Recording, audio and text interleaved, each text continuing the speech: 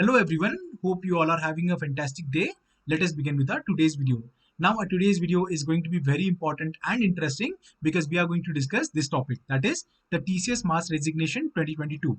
Now if you are working at TCS or any other IT company, you might be knowing this fact that 25,000 plus employees, that is the TCS employees, they have resigned even before getting their ID cards at TCS.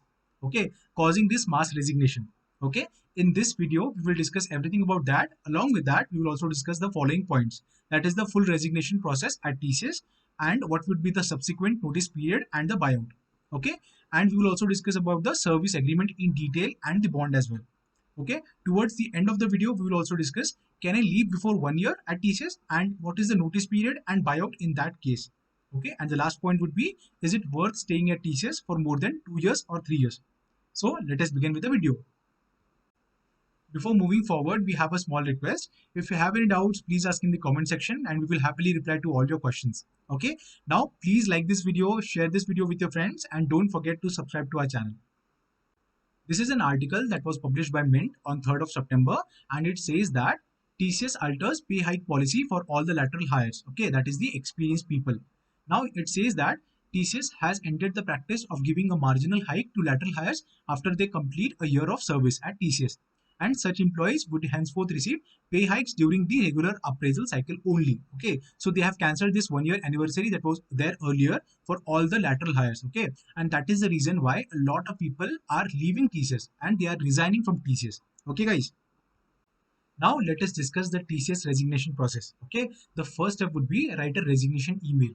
And by resignation email, I do not mean something like this that, dear sir, I resign because maza nahi aa raha hai, yours sincerely Rajesh. Write a proper formal resignation email. Okay. Now after you send this resignation email to your HR manager or the project manager, they will schedule a call with you. Okay, or a meeting with you.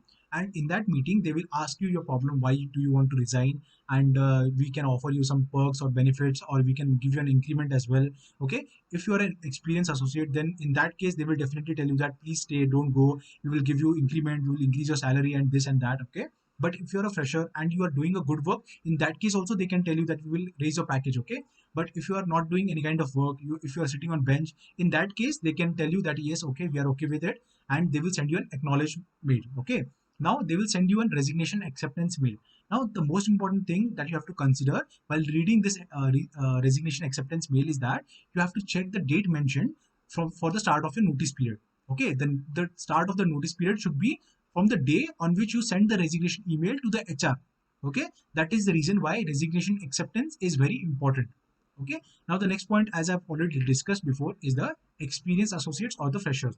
Okay, in case you are any of these, okay, you will have to go through the exit interview.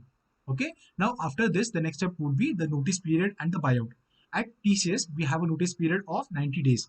Okay, that is, you after you resign, after you send this resignation email, you have to be on a notice period for 90 days straight away. Okay, now if you want to want a early release, okay, early release before 90 days, then in that case either you can buy it out, or the new company that has offered you a new role, if they want you urgently on an urgent basis, then they can also opt to buy you out. Okay, in that case what will happen, your notice period will be reduced to like 2 weeks or 3 weeks, and you will have to pay a certain amount to that company. Okay, you can discuss with the HR manager or the project manager for this amount. Okay, now the next and the most important part is the service agreement. Now you have joined TCS, right, as a Ninja or a Smart or Ignite, then in that case you might have signed a service agreement. Now this service agreement says that you will have to serve TCS and work at TCS for 1 year straight away. Okay, I mean before completing 9 months at TCS, then in that case you will have to pay the service agreement amount or the bond amount. Because in that case also, if you add the notice period of 90 days, you will not be completing 1 year at TCS. Okay, so in this case, the first case, if you are resigning the company before completing 9 months, okay, in that case you will have to pay the service agreement or bond amount. Now the second case scenario is that if you are resigning after completing 9 months at TCS, then in that case, if you add the notice period of 90 days in this, you will be completing 1 year at TCS. Okay, so hence you will not have to pay any of the service agreement amount. Okay, guys. Now the last and the final step is the separation kit. Okay, you will get this email from the HR where you will have to fill different forms. Okay, after filling the forms, you will definitely not be an employee at TCS anymore, and this is the resignation process at TCS. Okay. Now let us discuss these two questions. That is the best time to leave TCS before 1 year or after 1 year. Now this totally depends on you. Okay, if you're getting a good opportunity, good learning opportunity at TCS, then in that case you can stay at TCS for more than 1 year. Okay, but if you're not getting good opportunity, you're working continuously on support project, on a project which you do not like, then in that case it is better that you leave TCS and join some other company where you're getting good opportunities. Okay, and learning opportunities are more in that company. Okay, so that is our take on that. The second point is that, is it worth staying at TCS for more than 2 years or 3 years? Now this, there would be two cases scenario for this as well.